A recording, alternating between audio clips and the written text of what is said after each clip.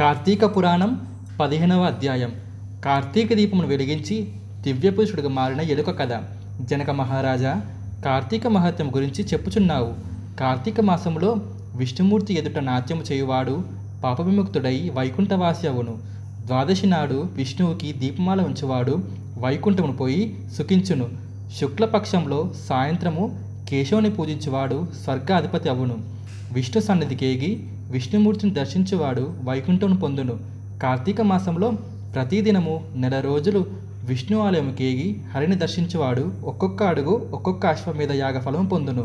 కార్తీక శుక్ల ద్వాదశి హరిబోధిని గాన ఆ దినము చెయ్యు పుణ్యము అక్షయమగును.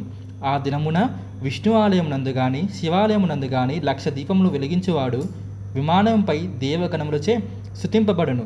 విష్ణులోకముకు తీసుకొని పోయి అచట సుఖించును.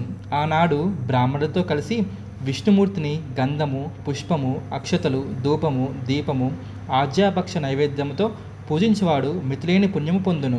కార్తీక మాసమున నెలదినములు దీపం పెట్టలేని వారు శుక్ల ద్వాదశి, చతుర్దశి, పౌర్ణమి ఈ 3 దినములు తప్పక పెట్టవలను. కార్తీక మందు విష్ణు సన్నిధిని ఇతరులుంచిన దీపము ఆరకుండా బాగు చేయువాడు పాప విముక్తుడవును. ఇతరులు వెలిగించిన దీపము నశించుతున్న సమయమున దానిని తిరిగి వెలిగించువాడు ఘోర పాపం నుండి విముక్తుడవును. దీనికి సంబంధించిన ఒక కథ ఉంది, చెప్తాను వినుము. పూర్వము సరస్వతి నది తీరమున ఒక విష్ణు ఆలయం ఉండెను. అది పూజా నైవేద్యాలు లేక శిథిలావస్థలో ఉండెను. ఇట్లుండగా సరస్వతి తీరమున కర్మానిష్ఠుడు ఒక యతీశ్వరుడు వచ్చెను.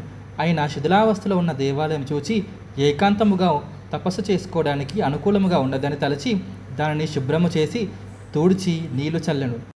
తరువాత అచటికి సమీపమున్న గ్రామానికి పోయి నూనె 12 ప్రమిదలు తెచ్చి దీపములు వెలిగించి విష్ణువుకి సమర్పించెను. పిమ్మట ఆ యతీశ్వరుడు సమాధిలో ఉండెను. యతీశ్వరుడు ఇట్లా ప్రతిదినము చేయుచుండగా ఒకనాడు కార్తీక శుక్ల ద్వాదశి వచ్చెను.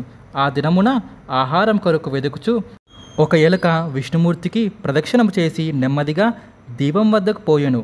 అప్పుడు ఒక ప్రమిదలోని జ్వాల తగ్గిపోయి వత్తి మాత్రమే ఉండెను. ఎలుక దానికి సమీపమున్న ఒక ప్రమిదలో జ్వాలతో కూడియున్న వత్తిని చూచి అందులో నూనెను తాగి అందులో వత్తిని తీసుకొని జ్వాలలేని వత్తిని కూడా గ్రహించబోయెను. అప్పుడు జ్వాలతో ఉన్న వత్తి యొక్క సంపర్కం వలన జ్వాలలేని వత్తి కూడా వెలిగెను.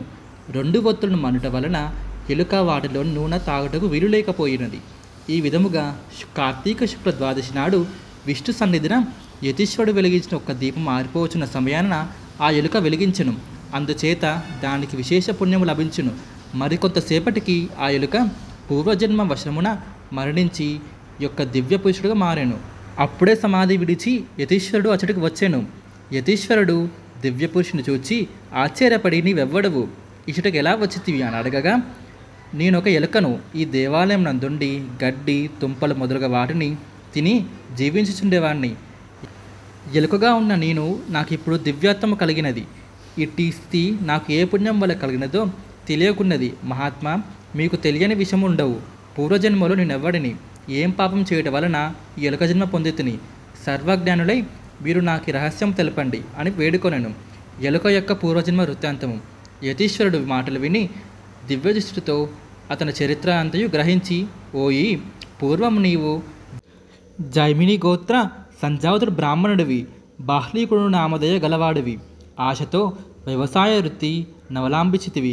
బ్రాహ్మణులని నిందించేవాడువు. స్నాన సంధ్యాలు దైవ పూజలను వదిలితివి.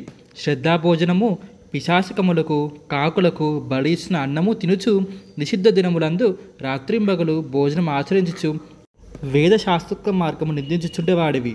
స్నాన సంధ్యా వందనాలు చేయు వారిని, భక్తులని, మునులను చూచి హేళన చేయుచుండేవాడివి. దైవవశమున నేడు నేను పెట్టిన దీపము నశించుచు దానిని నీవు వెలిగించితివి కనుక నీవు విశేష పుణ్యం పొందితివి. ఇక ముందు హరిభక్తుడై శాశ్వతముగా వైకుంఠమందు ఉండువు అని చెప్పెను. యతీశ్వరుడు చెప్పిన వృత్తాంతం విని ఆ దివ్యపురుషుడు ఆనందించి ఆ యతికి నమస్కరించి ఆయన ఆజ్ఞను పొంది సరస్వతి నది తీరముకు పోయి త్రయోదశి, చతుర్దశి, పౌర్ణమి దినములందు స్నానమాచరించి పాపవిముక్తుడై గొప్ప జ్ఞానం పొందెను. కార్తీక శుక్ల ద్వాదశి నాడు భక్తితో స్నానదానములు, పూజ, దీప దానములు చేసి హరికి ప్రియుడై విష్ణులోకమును పొందెను అని చెప్పెను. ఓం నమః శివాయ.